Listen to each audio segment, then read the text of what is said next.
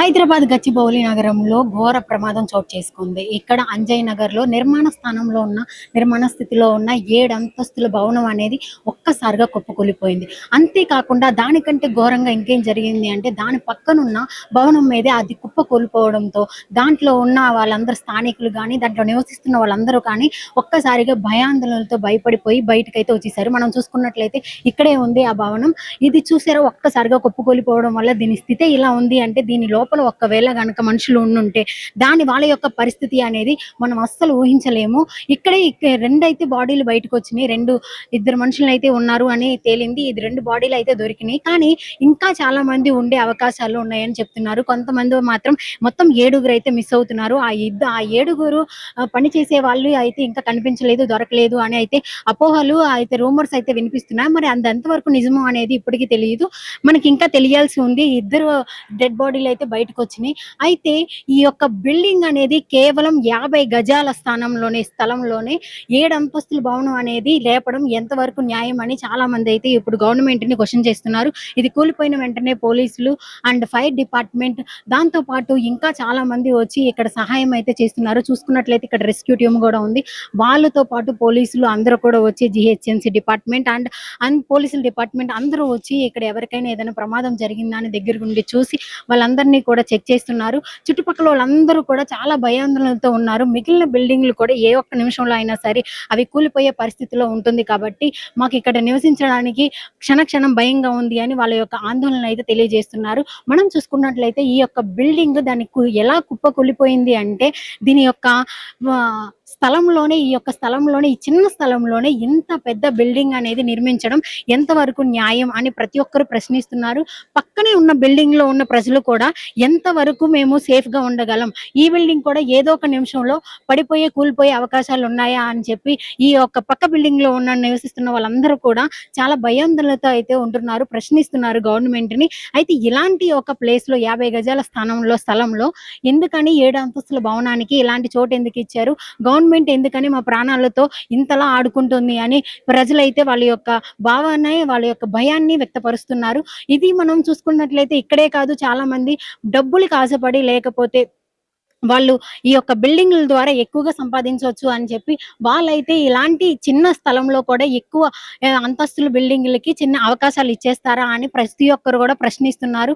ఇక్కడ మనకి ఈ యొక్క అంజయ్య కాలనీలో ఉన్న ఈ యొక్క బిల్డింగ్ దాని పక్కన ఉన్న బిల్డింగ్ మీద కూడా పడిపోవడంతో అక్కడ కూడా చాలా మంది వాళ్ళని చాలా వరకు ఆసుపత్రికి తరలించారు. సుమారు 40 మందికి గాయాలైనట్లుగా తెలుస్తోంది. వాళ్ళని పక్క బిల్డింగ్ లో ఉన్న వాళ్ళకి ఇంతలా గాయాలైతే అక్కడ దాంట్లో వర్క్ చేస్తున్న ఈ యొక్క వర్కర్స్ కి పరిస్థితి అనేది మనం ఇంకా చెప్పనవసరం లేదు.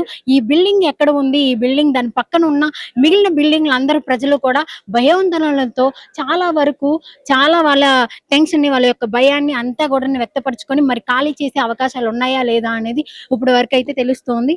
అంతేకాకుండా ఈ యొక్క ప్రమాదం జరిగిన వెంటనే స్థానికులు భయంతో బయటకు పరుగులు తీశారు.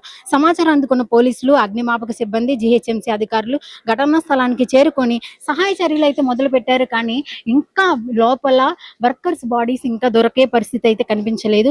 వాళ్ళు ఈ పొద్దున్నే వెళ్ళి సాయంత్రానికి వచ్చేసి ఈ వర్కర్స్ వాళ్ళ ఇంట్లో వాళ్ళ పరిస్థితి ఏంటి, వాళ్ళ కుటుంబ సభ్యులు మిస్ అయిపోతే వాళ్ళ యొక్క పరిస్థితి ఏంటి, వాళ్ళ యొక్క కూలి పనులు చేసుకునే వాళ్ళు ఇలాంటి ఒక యాక్సిడెంట్ ద్వారా వాళ్ళు మొత్తానికి ప్రాణం కోల్పోయారు. సో అలాంటి ప్రాణానికి ఈ యొక్క గవర్నమెంట్ 50 గజాల స్థలంలో ఈ యొక్క 50 గజాల స్థలంలో 7 అంతస్తుల భవనాన్ని నిర్మించడానికి పర్మిషన్ ఇచ్చిన ఆ అధికారులకి ఎవరు ప్రశ్నిస్తారు అని చెప్పి వాళ్ళ యొక్క కుటుంబాలు కూడా వాళ్ళ యొక్క భావాన్ని, వాళ్ళ యొక్క భయాన్ని, వాళ్ళ యొక్క బాధను అయితే వ్యక్తపరుస్తున్నారు. ఈ యొక్క బిల్డింగ్ ని చూసుకున్నట్లయితే మనకి దీని వెనకాల చుట్టుపక్కల కూడా చాలా వరకు ఎఫెక్ట్ అయ్యే పొజిషన్లు అయితే కనిపిస్తున్నాయి. దీన్ని క్లీన్ చేసేటప్పటికి ఇంకా ఎన్ని రోజులు అవుతుంది, ఏ టైంలో ఎవరు ఏ ఒక్క డెడ్ బాడీని చూడాల్సి వస్తుందో అని వాళ్ళ ప్రాణాలని గుప్పెట్లో పెట్టుకొని మరీ ఎదురు చూస్తున్నారు. మనం చూసుకుంటున్నాం కదా, పక్కనున్న బిల్డింగ్ కూడా చాలా ఎఫెక్ట్ అయ్యింది. చూసుకున్నట్లయితే ఆ పక్కనున్న బిల్డింగ్ మీద ఒక్కసారిగా కుప్పకూలడంతో అయితే అంత దగ్గరగా బిల్డింగ్స్ ని కట్టాల్సిన పరిస్థితి ఏంటి? ఒక బిల్డింగ్ ఏదైనా ప్రమాదం జరిగితే వెంటనే వాటికి పక్కన బిల్డింగ్లు కూడా ఎఫెక్ట్ అయిపోయే అంతలాగా ఈ బిల్డింగ్ ని లేపాల్సిన అవకాశం ఏంటి, అవసరం ఏంటి అని చాలా మంది అయితే ప్రశ్నిస్తున్నారు. వాళ్ళ యొక్క ఫ్యామిలీస్ కి ఎవరు సమాధానం చెప్తారు? ఇప్పటికైతే 2 డెడ్ బాడీలు అయితే బయటకు వచ్చినాయి అని తెలుస్తోంది.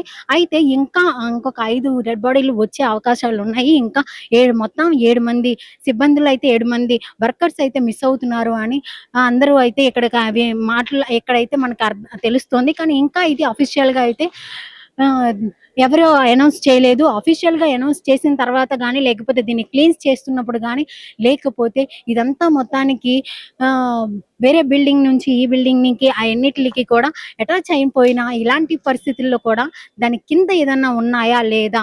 అనేది ఇంకా తెలియాల్సి ఉంది. ఈ యొక్క సిబ్బంది ఇప్పటికే సహాయక చర్యలైతే మొదలైపోయినాయి. కంప్లీట్ అయిపోయినాయి. ఇప్పటికే వచ్చి జీహెచ్ఎంసీ అధికారులు అందరూ వచ్చి చెక్ చేసి వీళ్ళకి ఇక్కడ ఏమైనా ఉన్నాయా? ఎటువంటి ఇబ్బందులు లేకుండా వాళ్ళ యొక్క సహాయక చర్యలు కమిటీ గూడా వచ్చి ఇక్కడైతే చెక్ చేయడం, వీళ్ళందరినీ కూడా తీసుకొని వీళ్ళందరికీ హెల్ప్ చేయడం లాంటివి చేశారు. కానీ ఇంకా ఇలాంటి ఒక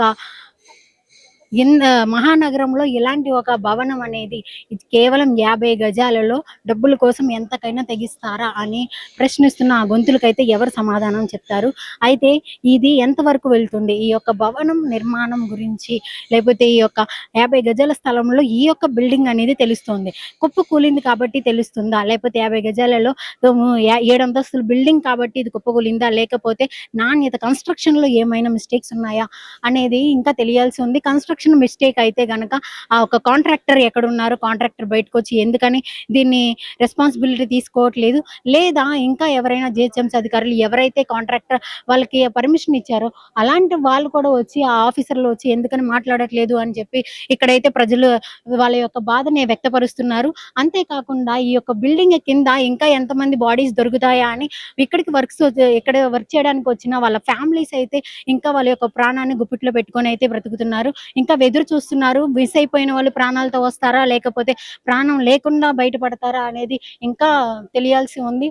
అంతే కాకుండా పక్కన బిల్డింగ్ మీద ఈ యొక్క ఎఫెక్ట్ ఉంది అంటే దీన్ని క్లీన్ చేసేటప్పుడు పక్కన దాని ఇంకా చుట్టుపక్కల ఉన్న బిల్డింగ్‌ల మీద కూడా ఇంకా ఏమాత్రం ఎఫెక్ట్ ఉంటుంది.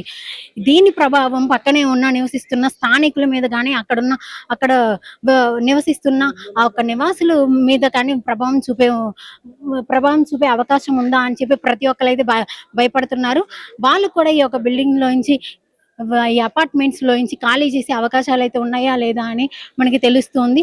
అంతే కాకుండా ఈ యొక్క ఎంతమంది ఎన్ని రకాలుగా దీన్ని క్లీన్ చేయడానికి వచ్చినా, లేకపోతే ఇది కొన్ని రోజులకి ఈ యొక్క టాపిక్ అనేది పూర్తయిపోతుంది. పేదవాళ్ళు దీంట్లో ఉన్నారు.